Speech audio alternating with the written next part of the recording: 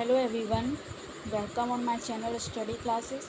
तो फ्रेंड्स, आज हम लोग मोटिवेशन के एक न्यू टॉपिक कुंठा तथा प्रेरकों का संघर्ष यानी कि frustration and conflict of motives, इसको डिटेल से कवर करेंगे और इसका किस तरीके से समाधान किया जा सकता है इसके बारे में हम जानेंगे। तो आइए हम क्लास को स्टार्ट करते हैं। कुंठा तथा प्रेरकों का संघर्ष, इसका मतलब क्या होता है? यानी कि जो व्यक्ति होता है, एक व्यक्ति है, मान लीजिए उसकी कोई निश्चित लक्ष्य है जो उसने सोच रखा है कि मुझे इस निश्चित लक्ष्य तक पहुंचना है। तो क्या है कि व्यक्ति जब निश्चित लक्ष्य तक वो पहुंच नहीं पाता है, ठीक है, निश्चित लक्ष्य पर जब वो नहीं पहुंचता है तो इससे क्या होती है, इससे व्यक्ति में कुंठा उत्पन्न हो जाती है। इसे ही कुंठा कहा जाता है। इसे हम एक एग्ज़ाम्पल के रूप में समझ सकते हैं कि मान लीजिए एक स्टूडेंट है जो सिनेमा घर में जा कर के फ़िल्म को देखना चाहता है, लेकिन उसे जाने के लिए गाड़ी नहीं मिल पा रही है, जिस वजह से वो सिनेमा हॉल नहीं पहुंच पाता है। तो इससे क्या होता है कि व्यक्ति में एक कुंठा उत्पन्न हो जाती है, जिससे व्यक्ति में क्या होता है कि व्यक्ति जो है वो डिप्रेशन का शिकार हो सकता है। इससे व्यक्ति डिप्रेशन यानी कि दुश्चिंता का शिकार हो सकता है और इससे उसमें एंजाइटी आ सकती है। इससे उसमें एंजाइटी, उसमें फियर यानी कि डर, ये सारी चीज़ें जो होती हैं वो उत्पन्न हो जाती हैं। और कुंठा जो होते हैं, कुंठा के कई कारण होते हैं, ठीक है। कुंठा उत्पन्न होने का कई कारण होता है, जिसमें कि पहला कारण है पर्यावरण कारक, यानी कि पर्यावरण से संबंधित भी कुछ कारक होते हैं जिसके कारण व्यक्ति में कुंठा उत्पन्न होती है। कुछ व्यक्तिगत कारक भी होते हैं, यानी कि कुछ पर्सनल फ्रस्ट्रेशन भी होते हैं जिसके कारण कि व्यक्ति में कुंठा उत्पन्न हो जाती है। और इसके साथ ही साथ कुछ अभिप्रेरकों के बीच संघर्ष के कारण, कुछ अभिप्रेरकों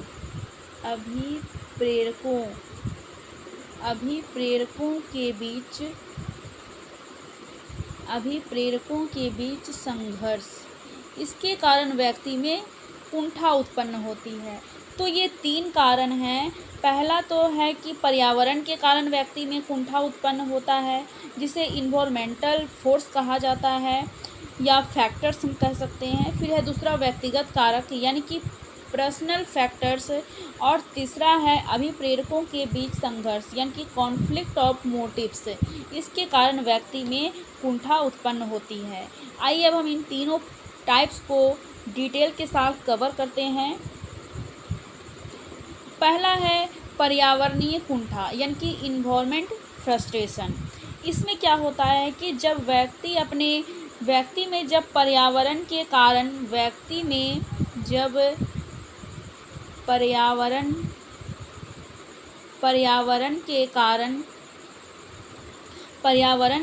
व्यक्ति जो होता है, जब वो निश्चित लक्ष्य तक नहीं पहुंच पाता है, पर्यावरण के कारण निश्चित लक्ष्य तक नहीं जब पहुंच पाता है, निश्चित लक्ष्य तक नहीं पहुंच पाना, तो इससे क्या होता है कि व्यक्ति में कुंठा उत्पन्न होती है। जैसे कि हम इसे एक एग्ज़ाम्पल के रूप में भी हम समझ सकते हैं। एक एग्ज़ाम्पल है कि मान लीजिए सड़क यातायात की जो भीड़ है, इस भीड़ के कारण ये पर्यावरण संबंधित कारक हैं, या जब अत्यधिक आवाज़ हो रही है तो इसके कारण भी व्यक्ति में क्या होता है कि उसके निश्चित लक्ष्य में बाधा उत्पन्न होती है। या मान लीजिए अधिक सूखा पड़ा, जिससे कि क्या हुआ कि फसल जो थी वो काफ़ी बर्बाद हो गई, तो इससे भी क्या होता है, यानी कि ये सारे अड़चन जो आए हैं ये कहीं ना कहीं किससे आए हैं, ये तो पर्यावरण से संबंधित हैं, ये पर्यावरण संबंधित कारक हैं जिससे ये तीनों अड़चन हैं जो आए हैं, जिससे क्या होता है कि व्यक्ति अपने जो निश्चित लक्ष्य है उसको प्राप्त करने में कहीं ना कहीं बाधा उत्पन्न होती है। और ये सभी अड़चनें जो हैं, ये सारी अड़चनें जो हैं वो सामाजिक वातावरण के कारण उत्पन्न होते हैं, सामाजिक वातावरण के कारण ये उत्पन्न होते हैं। तो सामाजिक वातावरण के कारण भी ये अड़चन है, और सामाजिक वातावरण के कारण कुछ और भी अड़चनें हैं जो उत्पन्न होती हैं, जैसे कि माता पिता की मान लीजिए नकारात्मक मनोवृत्ति, उनकी नकारात्मक मनोवृत्ति, माता पिता की नकारात्मक मनोवृत्ति अगर है, या फिर उनका जो घर का जो या वर्ग कक्षा का जो अनुशासन है वो काफ़ी मान लीजिए अगर सख्त है, कक्षा का अनुशासन काफ़ी सख्त है, तो इससे भी क्या होता है कि व्यक्ति में कुंठा उत्पन्न होती है। तो इस तरीके से पर्यावरणीय कारक के अंतर्गत भीड़, आवाज़ या सूखा पड़ जाना जिसके कारण व्यक्ति अपने लक्ष्य तक नहीं पहुंच पाता है, या कुछ सामाजिक कारक हैं जैसे कि उनके माता पिता की अगर नकारात्मक मनोवृत्ति है ना, वो नेगेटिव सोचते हैं किसी चीज़ को लेकर के, तो इसमें क्या होता है कि बच्चा जो वो कहीं न कहीं फ्रस्ट्रेशन महसूस करता है, कहीं न कहीं उसमें कुंठा उत्पन्न हो जाती है, या कक्षा का जो वातावरण है वो काफ़ी अगर सख्त है तो इससे भी उसमें एक कुंठा उत्पन्न होती है। और ये सभी जो हैं वो पर्यावरण से संबंधित कुंठा है, यानी कि इन्वायरमेंटल फ्रस्ट्रेशन के अंतर्गत आते हैं। आइए अब हम इसके नेक्स्ट पॉइंट को देखते हैं। दूसरा पॉइंट है व्यक्तिगत कुंठा, यानी कि पर्सनल फ्रस्ट्रेशन। पर्सनल फ्रस्ट्रेशन क्या होता है, जिसमें कि मान लीजिए व्यक्ति, यानी कि कुछ व्यक्ति जो है वो कुछ बनना चाहता है, ठीक है, यानी कि जो व्यक्ति है, व्यक्ति कुछ बनना चाहता है, व्यक्ति कुछ बनना चाहता है, लेकिन जब इसके मार्ग में जब बाधा उत्पन्न होती है, यानी कि जब वो लक्ष्य को प्राप्त नहीं कर पाता है, तो इसमें क्या है कि व्यक्ति में कुंठा उत्पन्न होती है। इसे हम एक एग्जाम्पल के रूप में समझ सकते हैं कि मान लीजिए एक बालक है, वो संगीतज्ञ बनना चाहता है, ठीक है, एक बालक है वो संगीतज्ञ बनना चाहता है, उसकी कला में रुचि है, लेकिन क्या है कि जब वो जो गाना गाता है उसकी गाने की जो क्षमता है, उसके गाने की जो क्षमता है, यानी कि जो उनकी एबिलिटी है वो ना के बराबर है, यानी कि गाने की जो क्षमता है उसमें नहीं के बराबर है। तो इससे क्या होगा कि व्यक्ति में इसमें कुंठा उत्पन्न हो जाती है, ठीक है, वो बनना तो चाहता है संगीतज्ञ, लेकिन क्या है कि वो गाना उतना अच्छा नहीं गा पाता है, तो जिसके कारण क्या है कि व्यक्ति जो है वो फ्रस्ट्रेशन महसूस करता है, और इसे ही पर्सनल फ्रस्ट्रेशन कहा जाता है।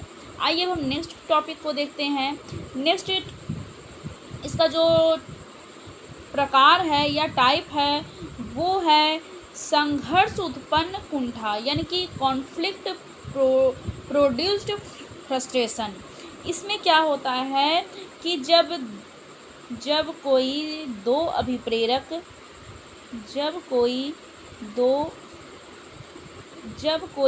अभिप्रेरक की संतुष्टि अगर समय पर चाहता है, ठीक है, मान लीजिए एक व्यक्ति है, वो जब दो अभिप्रेरक अपनी एक समय में ही संतुष्टि करना चाहता है, मान लीजिए दो अभिप्रेरक है, उसको एक समय में ही वो संतुष्टि करना चाहता है, ठीक है, वो संतुष्टि करना चाहता है, लेकिन उसमें अभिप्रेरक की संतुष्टि जो है वो नहीं हो पाती है दोनों की, तो इससे क्या होता है कि व्यक्ति में कुंठा उत्पन्न होती है, और इसे ही संघर्ष उत्पन्न कुंठा कहते हैं। इसे हम एक एग्जाम्पल के रूप में भी समझ सकते हैं कि इसका उदाहरण है, जैसे कि मान लीजिए एक छात्र है, ठीक है, मान लीजिए एक छात्र है, ये छात्र है जो यहाँ खड़ा आपको दिखाई दे रहा है, ये क्या है कि ये सिनेमा देखना चाहता है, ठीक है, ये सिनेमा जा कर के कुछ मूवी लगी हुई है इसके पसंदीदा, उसको वो देखना चाहता है, लेकिन क्या है कि वो इसे यानी कि सिनेमा देखने में तो पैसे खर्च होंगे, ठीक है, जाहिर सी बात है, और लेकिन वो ऐसा किसी चीज़ में पैसा को खर्च नहीं करना चाहता है जिससे कि पैसे की बर्बादी हो। एक तरीके से तो वो सिनेमा देखना चाहता है लेकिन वो खर्च भी नहीं करना चाहता है। तो ऐसी स्थिति में क्या होती है कि ये जो बालक है, इस बालक में कुंठा उत्पन्न होती है, वो कहीं न कहीं फ्रस्ट्रेशन का शिकार होता है और इसे ही संघर्ष उत्पन्न कुंठा यानी कि कॉन्फ्लिक्ट प्रोड्यूस्ड फ्रस्ट्रेशन कहा जाता है। यानी कि एक ही समय में, यानी कि समझिए तो एक ही समय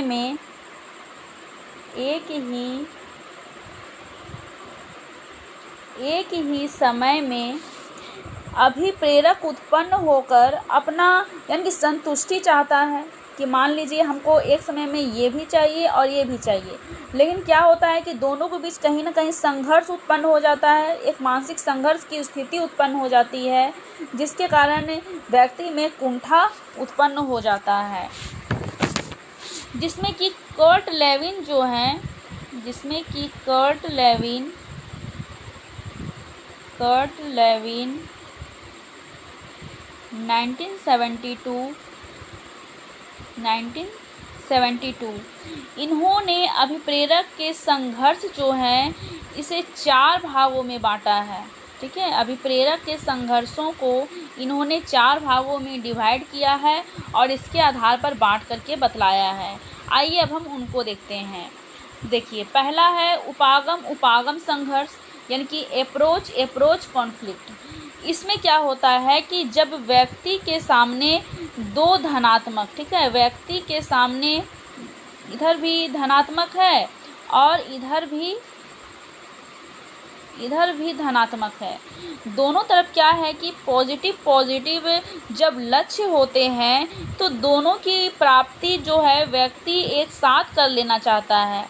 ठीक है, दोनों की प्राप्ति व्यक्ति एक साथ कर लेना चाहता है।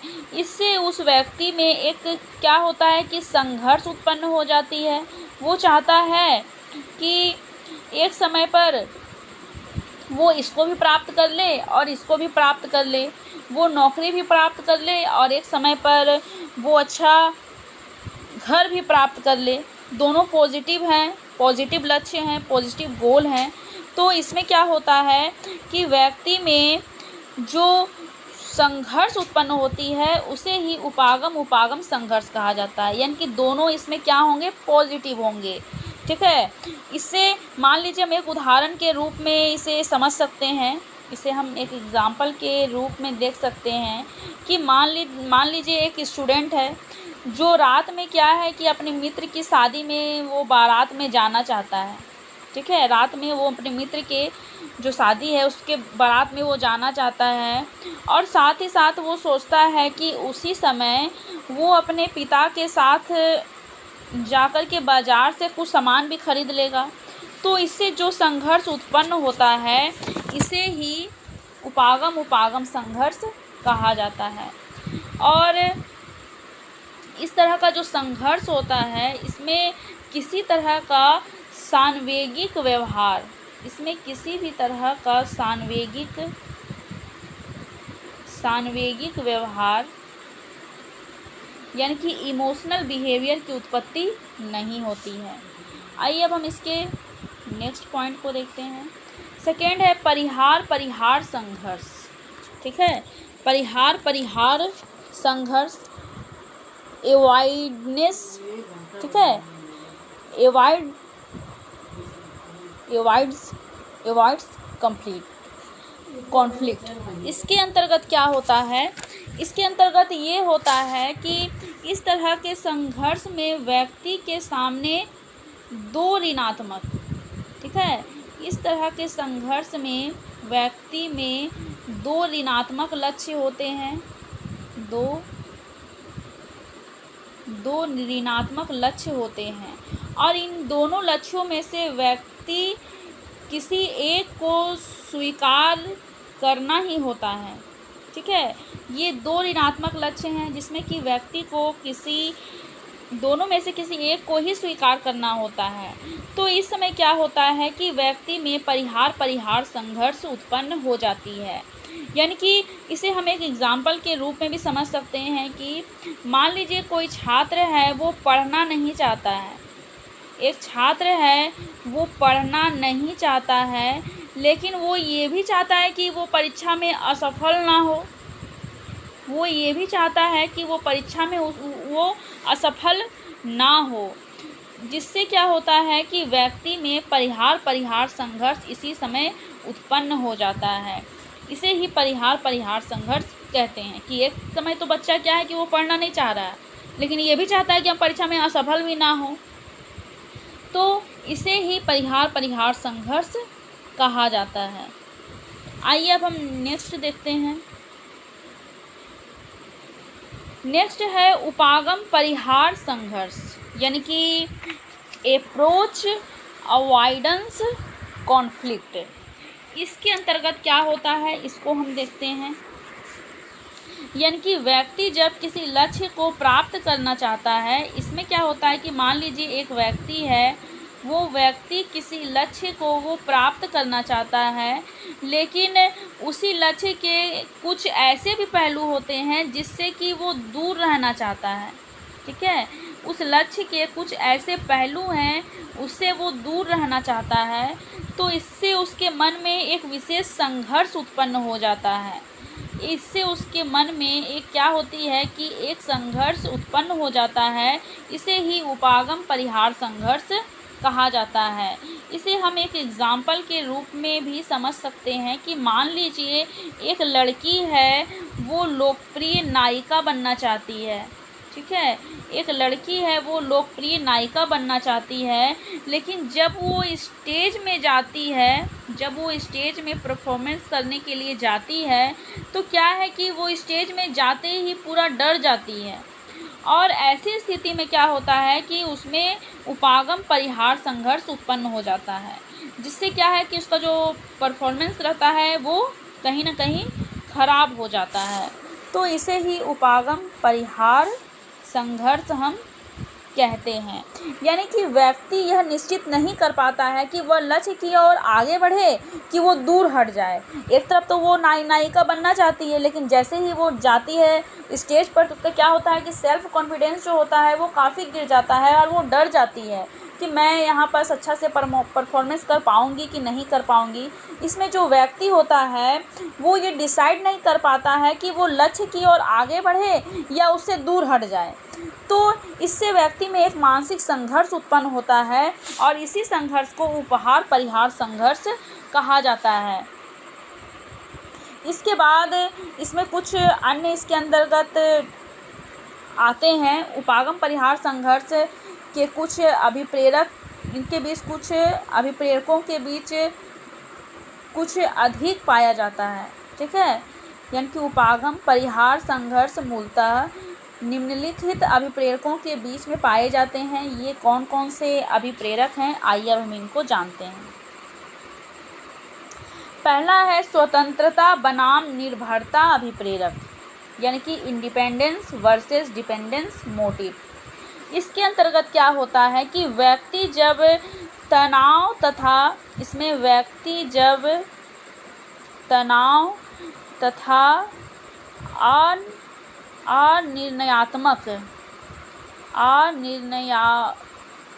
अनिर्णयकता, ठीक है, यानी कि तनाव यानी कि स्ट्रेस और इनडिसीजन की स्थिति तीव्र होती है, तो वो दूसरों के मार्गदर्शन पर बुरी तरीके से क्या होता है कि वो निर्भर हो जाता है।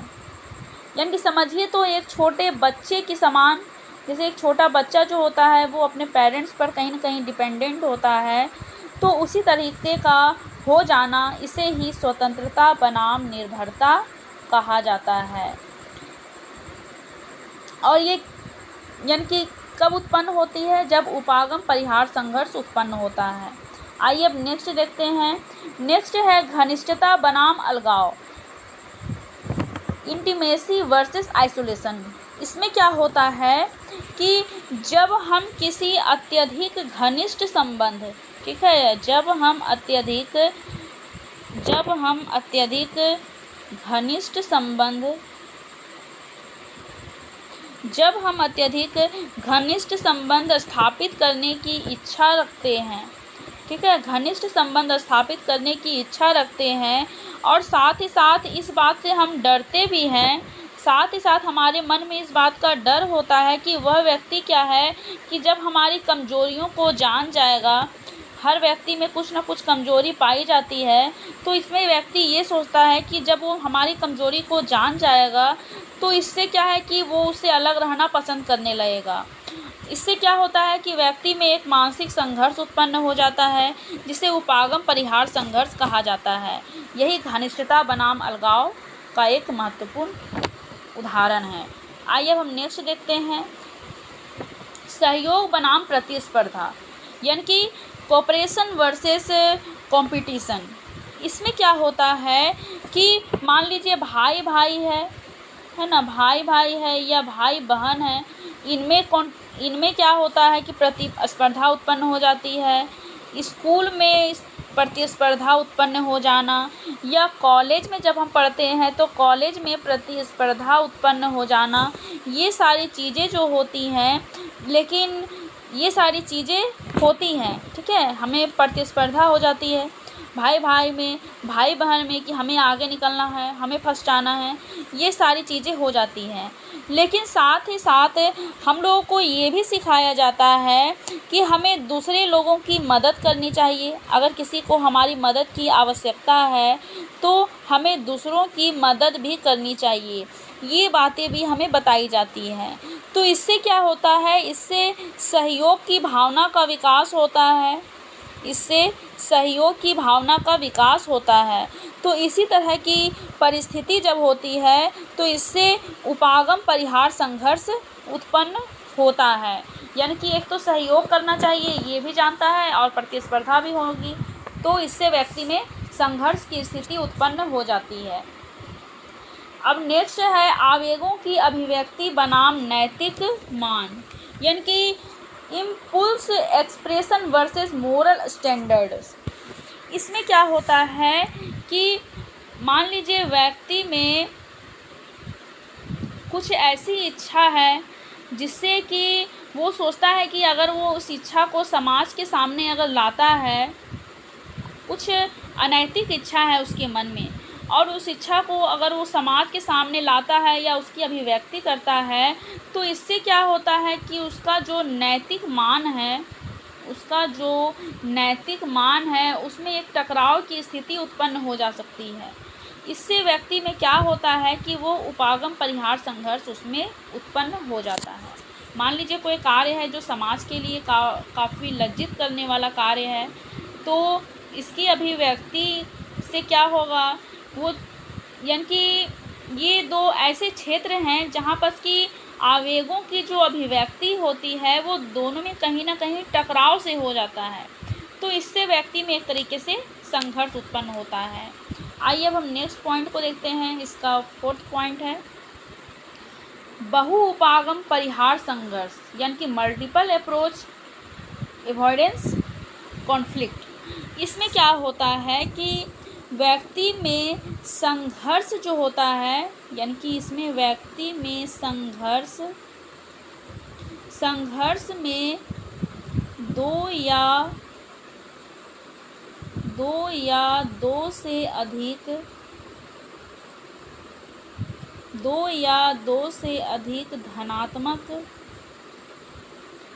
धनात्मक तथा ऋणात्मक लक्ष्य, धनात्मक यानी कि पॉजिटिव और ऋणात्मक यानी कि नेगेटिव जब लक्ष्य होते हैं, धनात्मक और ऋणात्मक दोनों लक्ष्य होते हैं, तो जिसकी प्राप्ति व्यक्ति एक ही समय में करना चाहता है और जब वो नहीं कर पाता है तो इससे व्यक्ति में संघर्ष की स्थिति उत्पन्न हो जाती है।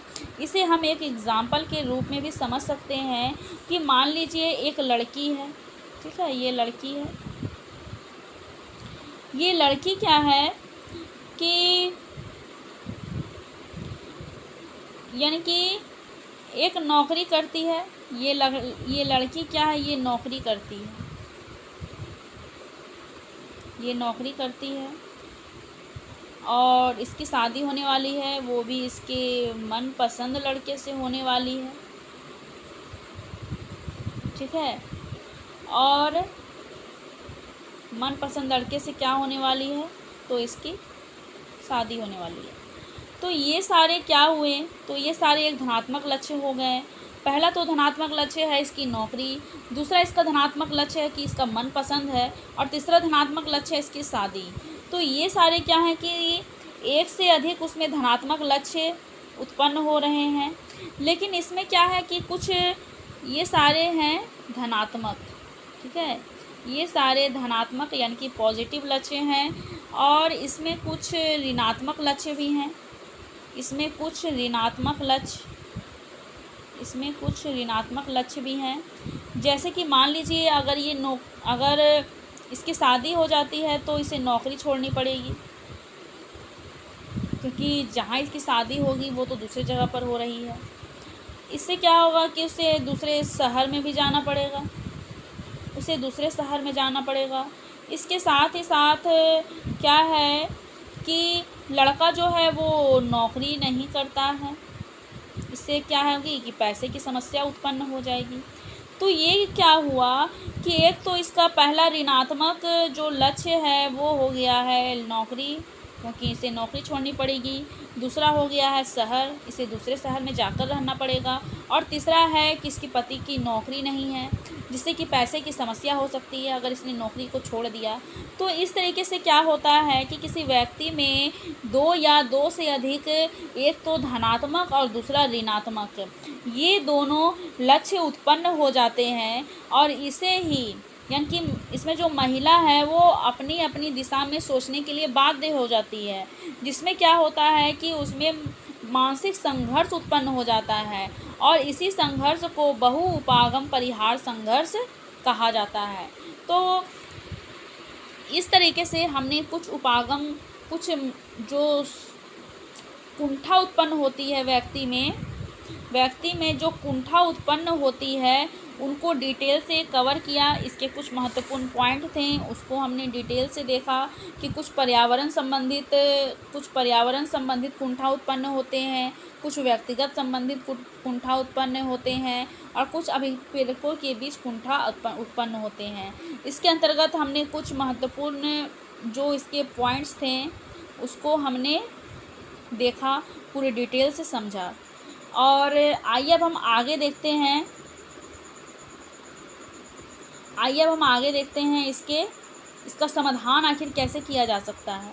व्यक्ति में अगर कोई कुंठा उत्पन्न हो गई है तो उसका हम समाधान कैसे करेंगे ताकि उसको उस कुंठा से बाहर निकाला जाए, यानी कि resolution of conflict of motives, है ना, यानी कि अभिप्रेरकों के संघर्षों का समाधान हम कैसे करेंगे। तो अभिप्रेरक के संघर्षों के समाधान के लिए इसे दो रूपों में बांटकर बताया गया है कि इसे दो रूपों से इसका समाधान किया जा सकता है। आइए अब हम उनको समझते हैं। पहला है कॉन्शियस रिसॉल्यूशन ऑफ कॉन्फ्लिक्ट्स, यानी कि संघर्षों का चेतन समाधान। इसमें क्या होता है कि जब अभिप्रेरकों का जो संघर्ष होता है, यानी कि अभिप्रेरकों का जो संघर्ष होता है वो जब साधारण होता है तो व्यक्ति सोच समझकर एक विशेष निर्णय पर पहुंचता है। ठीक है, सोच समझकर व्यक्ति उस समय क्या होता है कि एक निर्णय पर वो पहुंचता है, तो उससे क्या होता है कि संघर्ष का समाधान हो जाता है। ठीक है, मान लीजिए हम इसे एक एग्जाम्पल के रूप में समझ सकते हैं। हम एक एग्जाम्पल के रूप में से समझेंगे कि ये एक बालक है ना, ये एक बालक है, ये एक दुकान में जाता है और इस दुकान में इसको कुछ पेन खरीदने हैं, है ना। लेकिन इसके सामने क्या है कि बहुत सारे पेन हैं, बहुत रंग बिरंगे पेन हैं। तो उसको देख करके क्या होता है कि इसके मन में कहीं ना कहीं संघर्ष उत्पन्न हो जाता है इसके मन में संघर्ष उत्पन्न होने लगता है कि आखिर वो किस पेन को खरीदे, वो रेड वाली खरीदे कि ग्रीन वाली खरीदे कि येलो वाली खरीदे। अक्सर हमारे साथ भी ये चीज़ होती है। मान लीजिए जब हम किसी मॉल पर जाते हैं, वहाँ हमें कोई ड्रेस लेनी होती है, तो हम बहुत सारे ड्रेस को देख करके क्या है कि हमारे में संघर्ष एक तरीके का उत्पन्न हो जाता है कि आखिर हम कौन सा लें। हम डिसाइड नहीं कर पाते हैं कि हमें कौन सा लेना चाहिए। तो ऐसी ही स्थिति इस बच्चे के साथ उत्पन्न हो गई है कि उसे समझ में नहीं आ रहा है तो उसे कौन सा कलम खरीदना चाहिए। लेकिन थोड़ी देर बाद वो कुछ सोचता है ना, कुछ वो सोचेगा, कुछ वो समझेगा, कुछ सोचेगा और कुछ वो समझेगा, और उसका रंग देखेगा, उसका उपयोगिता देखेगा, और उसके मूल्य को देखते हुए वो इस तरीके से अपनी समस्या का जो समाधान है वो कर लेता है। तो इस तरीके से व्यक्ति जो होता है वो चेतन रूप से अपनी समस्या का समाधान कर लेता है, उनमें से एक को सिलेक्ट कर लेता है। और इसके अंतर्गत कुछ 3 कदम हैं, यानी कि 3 इम्पॉर्टेंट टर्म हैं चेतन समाधान के अंतर्गत। आइए अब हम उनको देखते हैं। पहला है परस्पर विरोधी अभिप्रेरकों के गुण दोष पर विचार करना, यानी कि deliberation over the merit and limitation of conflicting motives. इसके अंतर्गत क्या होता है कि जब 2 या 2 से अधिक, ठीक है, जब 2 या 2 से अधिक परस्पर विरोधी अभिप्रेरक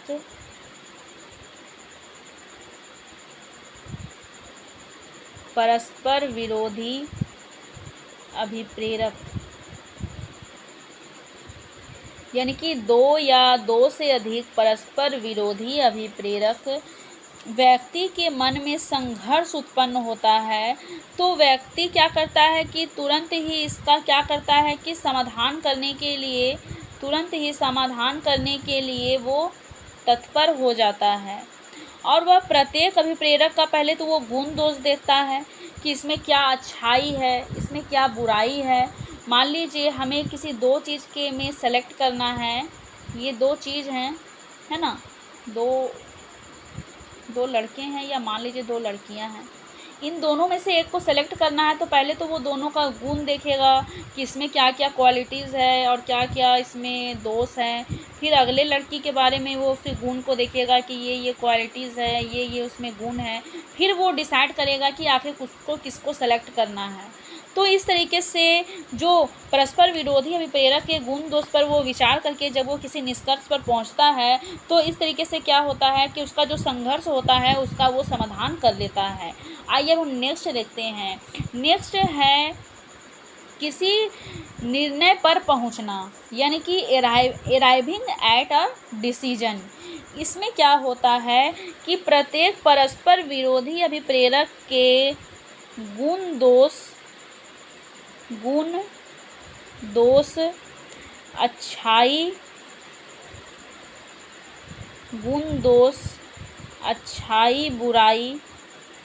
अच्छाई बुराई पर विचार विमर्श कर लेने के बाद व्यक्ति जब किसी निष्कर्ष पर पहुंचता है तो इसे ही अराइविंग एट अ डिसीजन यानी कि किसी निर्णय पर पहुंचना हम कहते हैं। मान लीजिए जैसे कि अभी हमने पिछले उदाहरण में समझा था कि लड़की जो है, ये जो लड़की है वो क्या है, ये जो लड़की है वो अंत में ये निर्णय ले लेती है कि उसे शादी आखिर करनी चाहिए। अंत में निर्णय ले लेती है कि शादी करनी चाहिए, क्योंकि इससे क्या होगा कि शादी करने से उसमें स्थिरता आ जाएगी, उसमें स्थिरता यानी कि स्टेबिलिटी आ जाएगी, और साथ ही साथ उसमें क्या है कि संरक्षण भी उसको मिलेगा, उसको एक तरीके से प्रोटेक्शन भी मिल जाएगा। तो इस तरीके से क्या है कि वो किसी निर्णय पर पहुंच जाती है कि उसे शादी कर लेनी चाहिए। तो इसे ही हम किसी निर्णय पर पहुंचना, to arrive at a decision कहते हैं। इससे क्या होता है कि इसका मानसिक संघर्ष जो होता है वो समाप्त हो जाता है। फिर नेक्स्ट है रिसोल्यूशन यानी कि दृढ़ निश्चय करना। इसमें क्या होता है कि कहीं उसके द्वारा लिया गया जो निर्णय है वो गलत तो नहीं है, मैंने कोई निर्णय लिया है, मैंने एक निर्णय लिया, एक डिसीजन लिया, ये निर्णय कहीं गलत तो नहीं है। एक बार वह क्या है कि पुनः सोच विचार कर, एक बार पुनः सोच विचार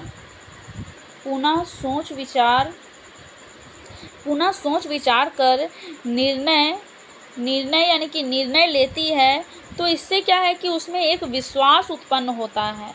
जैसे कि पिछले उदाहरण में हमने देखा कि वो जो लड़की है वो एक बार पुनः अपने आप से पूछेगी कि क्या उसको सच में शादी करनी चाहिए, वो सच में उसको शादी करनी चाहिए, ये ठीक है या नहीं, तो कुछ गड़बड़ तो नहीं होगा। यानी कि ये सारे सवाल जो है उसके मन में चलते हैं और इन प्रश्नों का उपयुक्त उत्तर मिलते ही वह शादी के लिए तैयार हो जाती है। तो इसको ही दृढ़ निश्चय करना यानी कि रिसोल्यूशन कहा जाता है। आइए अब हम आगे देखते हैं इसके सेकेंड पॉइंट को। सेकेंड है अनकॉन्शियस रिसोल्यूशन ऑफ कॉन्फ्लिक्ट्स यानी कि संघर्षों का अचेतन समाधान। इसके अंतर्गत क्या होता है इसको हम जानेंगे। इसमें क्या होता है कि व्यक्ति का जो संघर्ष होता है जब काफ़ी जटिल होता है, व्यक्ति का संघर्ष जब काफ़ी जटिल होता है तो व्यक्ति क्या है कि व्यक्ति उसका चेतन समाधान तो नहीं कर पाता है। यानी कि व्यक्ति के लिए भिन्न भिन्न अभिप्रेरक पर विचार विमर्श करते हुए उसके लिए किसी निर्णय पर जो पहुंचना होता है वो मुश्किल हो जाता है। तो ऐसी परिस्थिति में क्या होता है कि व्यक्ति अभिप्रेरक के संघर्ष का अचेतन समाधान करता है, यानी कि उसका जो संघर्ष होता है उसका वो अचेतन समाधान ढूंढता है। जैसे कि फ्रायड ने इस पर अधिक बल दिया है, जिसमें कि इन्होंने कहा है कि अचेतन समाधान से तात्पर्य ऐसे अभिप्रेरक के संघर्ष के ऐसे समाधान से होता है जो अपने आप ही अचेतन मन के द्वारा होता है। यानी कि जो अपने आप ही अचेतन मन के द्वारा होता है और सचेत होकर प्रयास नहीं करना पड़ता है। इसमें क्या है कि संघर्ष का अचेतन समाधान के लिए, यानी कि संघर्ष का जो अचेतन समाधान के लिए कुछ तरीके बताए गए हैं। आइए अब हम उनको समझते हैं। आगे है यानी कि ये कुछ समाधान हैं जो बताए गए हैं। पहला है प्रक्षेपण यानी कि प्रोजेक्शन। इसमें क्या होता है कि प्रक्षेपण एक ऐसा अचेतन मानसिक संघर्ष है जिसमें व्यक्ति अपने दोष को दूसरों पर थोप देता है। एक व्यक्ति है वो अपना दोष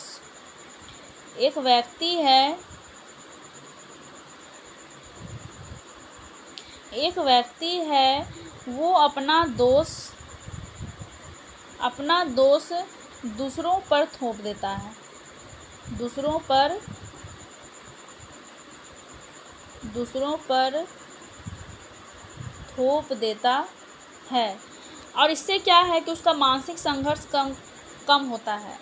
जैसे कि मान लीजिए अगर कोई स्टूडेंट है वो परीक्षा में कम अंक ला करके अगर वो फेल हो जाता है तो इससे क्या होता है कि वो इसमें कहता है कि इस टीचर ने वो क्वेश्चंस ही नहीं दिए, जो उन्होंने तैयारी करवाई थी वो क्वेश्चंस ही नहीं आए। तो क्या है कि अपना दोष वो टीचर के मत्थे मढ़ देता है और इससे क्या होता है कि वो अपना मानसिक संघर्ष जो होता है उसको वो कम कर लेता है। सेकेंड है दमन यानी कि रिप्रेशन। इसमें क्या होता है कि इस प्रक्रिया में व्यक्ति जो होता है वो दो अभिप्रेरक के बीच, यानी कि मान लीजिए दो अभिप्रेरक है, एक अभिप्रेरक ये है और एक दूसरा अभिप्रेरक है, दो अभिप्रेरक के बीच हुए संघर्ष का समाधान उनमें से किसी एक अभिप्रेरक को अज्ञात रूप से हटाकर वो कर लेता है। ठीक है, यानी कि उसको वो अज्ञात रूप से हटाकर वो कर लेता है दो अभिप्रेरक के बीच में। मान लीजिए एक स्टूडेंट है वो कहीं जा रहा है ना। एक स्टूडेंट है जो अपने फैमिली के साथ कहीं जा रहा है और जाते ही उसको रास्ते में एक ऐसी चीज़ दिखी जिसको वो लेना चाहता है ना। उसको वो लेना चाहता है, लेकिन क्या है कि उसको लेना एक तरीके से अच्छा नहीं है उसके फैमिली के अकॉर्डिंग। तो वो क्या करेगा, वो करेगा यही कि वो कहीं ना कहीं से अपनी इच्छाओं का वो दमन कर देगा और धीरे धीरे क्या है कि उस चीज़ के बारे में वो सोचना छोड़ देगा, है ना, कि उसको वो चीज़ चाहिए। तो इसे ही एक तरीके से दमन कहा जाता है। व्यक्ति कहीं ना कहीं उसके मन में जो इच्छा होती है उसको वो दबा देता है, अचेतन रूप से उसको हटा देता है ना। और इस तरीके से क्या करता है, वो अपने मानसिक संघर्ष का समाधान कर लेता है। आइए अब हम इसके नेक्स्ट पॉइंट को देखते हैं। नेक्स्ट पॉइंट तीसरा है क्षतिपूर्ति। कॉम्पेंसेशन। इसमें क्या होता है कि व्यक्ति जब किसी क्षेत्र में असफल हो जाता है, इसमें असफल हो जाता है तो इससे उसमें क्या होती है कि हीनता की भावना उत्पन्न हो जाती है। और इसकी वो क्षतिपूर्ति कैसे करता है, मान लीजिए एक हम इस उदाहरण के रूप में समझ सकते हैं कि एक स्टूडेंट है और वो पढ़ाई में बहुत कम अंक ला करके वो बार बार फेल हो जाता है, लेकिन वो खेल कूद में बहुत अच्छा है और खेल कूद में वो नंबर 1 स्थान लाता है, मेडल जीतता है। तो इससे क्या है कि वो एक चीज़ की असफलता को दूसरी चीज़ में वो कन्वर्ट करके वो क्या करता है कि उसकी वो क्षतिपूर्ति करता है। उससे क्या होता है कि उसका मानसिक संघर्ष है, वो हीनता की जो भावना है वो समाप्त हो जाती है। अब आगे नेक्स्ट है यौक्तिकीकरण यानी कि रेशनलाइजेशन। इसमें क्या होता है कि व्यक्ति अयुक्ति संगत अभिप्रेरक यानी कि व्यक्ति जो रहता है वो अयुक्ति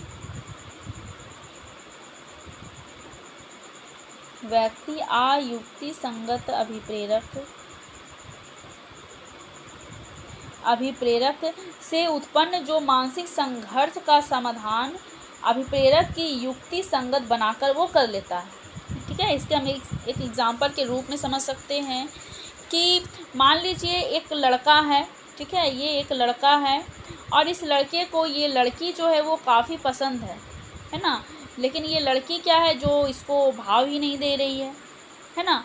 तो ये लड़का क्या कहेगा, वो लड़का कहेगा ये लड़की अच्छी नहीं है, इसमें ये चीज़ अच्छी नहीं है, वो चीज़ अच्छी नहीं है। वो कहीं ना कहीं इसमें नुक्स निकालेगा और अपने जो मानसिक इसमें संघर्ष उत्पन्न हुआ है इसके मना कर देने से उसका वो समाधान करेगा। तो वो ही यौक्तिकीकरण के अंतर्गत आता है। आइए अब हम नेक्स्ट देखते हैं। नेक्स्ट है प्रतिक्रिया निर्माण यानी कि रिएक्शन फॉर्मेशन। इसमें क्या होता है कि व्यक्ति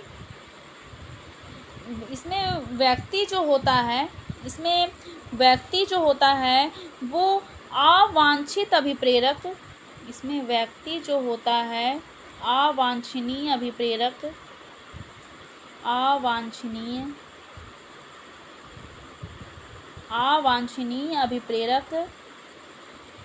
जो होते हैं पहले तो क्या करता है कि उसका दमन हो जाता है और फिर उल्टा व्यक्ति चेतन रूप से उसको व्यक्त करता है।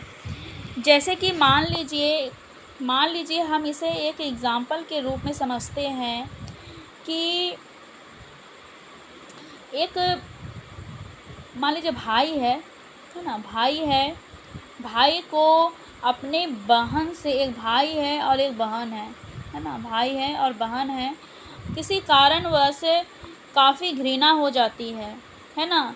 मान लीजिए भाई को अपने बहन से किसी कारणवश घृणा हो जाती है तो वो क्या करेगा, वो ठीक इसके विपरीत बात यानी कि भाई अपने बहन के प्रति बोलना प्रारंभ कर देगा कि वो मुझसे घृणा करती है और इस तरह से क्या करेगा कि उसका जो संघर्ष है उसका वो समाधान करेगा। इसे ही प्रतिक्रिया निर्माण कहा जाता है। यानी कि वो एक तरीके से उसके मन में जो बात है ना, भाई को अपने बहन से किसी कारणवश घृणा है, भाई को बहन से घृणा है, लेकिन वो इस बात का कहना प्रारंभ कर देता है कि उसकी बहन ही जो है वो उससे घृणा कर रही है।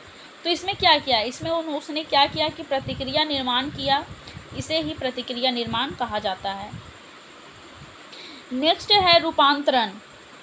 रूपांतरण यानी कि कन्वर्जन। इसमें क्या होता है कि जब व्यक्ति संघर्ष का समाधान, व्यक्ति उन्हें कुछ शारीरिक लक्षण, है ना, व्यक्ति कुछ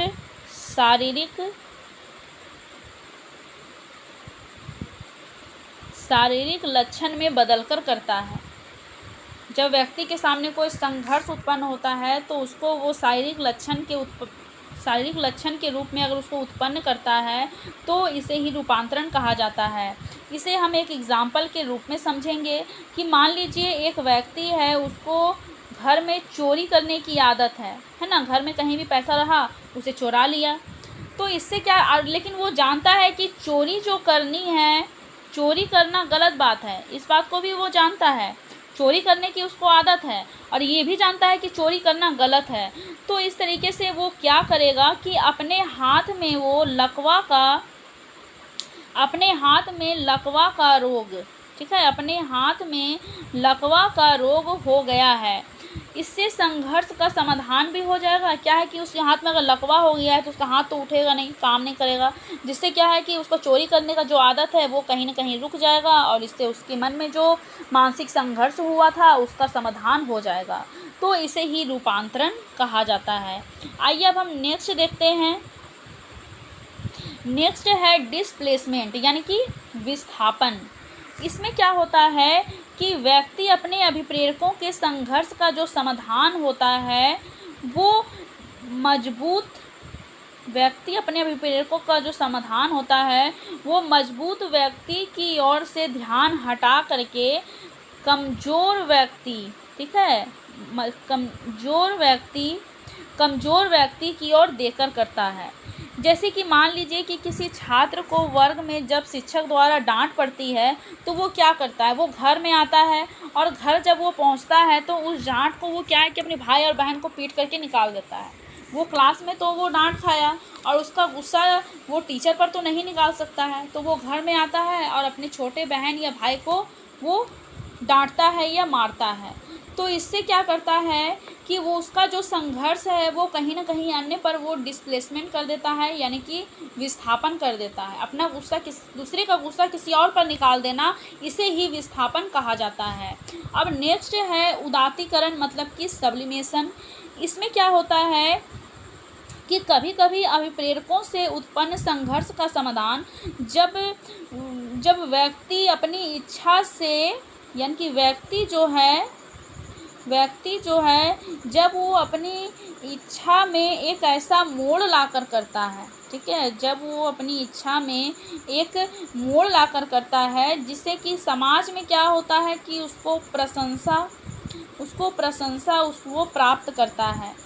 जैसे कि मान लीजिए हम इसे एक एग्जाम्पल के रूप में समझ सकते हैं कि एक लड़का है, ठीक है, एक लड़का है, उसे एक लड़की जो है वो काफ़ी पसंद है, एक लड़की जो है वो काफ़ी, इस लड़के को ये लड़की जो है वो काफ़ी पसंद है, लेकिन ये लड़की क्या है कि इसको पसंद नहीं करती है। तो लड़का क्या करता है कि वो तो इसको पसंद करता है, तो वो क्या करता है कि इसका पेंटिंग बनाना शुरू कर देता है, ठीक है, वो उसका ड्राइंग बनाता है, उसको मन में उसकी कल्पना करती है कि वो दिखने में ऐसी है, इसके बाल लंबे हैं, इसके आँख काले हैं, ये लंबी है, इसने ऐसा ड्रेस पहन रखा है। उस तरह से क्या करता है वो कि वो उसकी एक पेंटिंग बनाने लगता है और धीरे धीरे क्या होता है कि इस पेंटिंग को समाज के लोग काफ़ी पसंद करने लगते हैं और इससे क्या होता है कि इस लड़के की काफ़ी प्रशंसा भी होने लगती है कि वाह तुमने कितना सुंदर पेंटिंग बनाया है। तो इसमें क्या होता है, इसे ही प्रक्रिया को उदात्तीकरण कहा जाता है, यानी कि इसमें जो उत्पन्न संघर्ष का समाधान जो होता है वो व्यक्ति अपनी इच्छा को किसी अन्य दिशा में मोड़ देता है जिससे कि उसको समाज में प्रशंसा प्राप्त करता है और इससे क्या होता है कि उसका जो मानसिक संघर्ष जो है उसका समाधान हो जाता है। तो इस तरीके से हमने देखा कि व्यक्ति अभिप्रेरकों के संघर्ष का व्यक्ति अभिप्रेरकों के संघर्ष का जो समाधान है, संघर्ष का समाधान चेतन तथा अचेतन, ठीक है। संघर्ष का जो समाधान है वो चेतन से या अचेतन दोनों प्रक्रिया से करता है, और संघर्ष का वो क्या करता है कि समाधान करता है। तो इस तरीके से व्यक्ति में मानसिक संघर्ष जो होता है वो समाप्त हो जाता है। तो इस तरीके से हमने देखा कि किस तरीके से व्यक्ति अपने मानसिक संघर्ष का समाधान करता है। तो फ्रेंड्स, आज हमारा मोटिवेशन का जो चैप्टर था वो पूरा कंप्लीट हो गया है, और अब हम नेक्स्ट क्लास में इससे संबंधित कुछ क्वेश्चंस को कर लेंगे, ताकि आपके अगर कुछ डाउट्स रह गए हों तो वो क्लियर हो जाएं। मोटिवेशन का चैप्टर थोड़ा लॉन्ग था, इसलिए थोड़ा ज़्यादा ही इससे संबंधित वीडियोस हो गए हैं, लेकिन ये चैप्टर आपके लिए काफ़ी इम्पॉर्टेंट है, तो इससे आप ज़रूर देखें और अपने नोट्स को प्रॉपर तरीके से आप खुद तैयार करें, और ऐसे ही एग्ज़ाम की तैयारी में आप लगे रहें। और अगर आपको मेरी वीडियो अच्छी लगती है तो इसे आप लाइक और शेयर ज़रूर करें। एंड अगर आपने मेरे चैनल को सब्सक्राइब नहीं किया है तो आप मेरे चैनल को सब्सक्राइब कर सकते हैं। हमारे चैनल पर सीटेट की कंप्लीट प्रिपरेशन कराई जाती है, वो भी फ्री ऑफ कॉस्ट। तो आप इसका लाभ उठाइए, हमारे चैनल के साथ जुड़िए, अपने एग्ज़ाम की तैयारी को पूरा करिए। आज के लिए बस इतना ही। Thank you so much.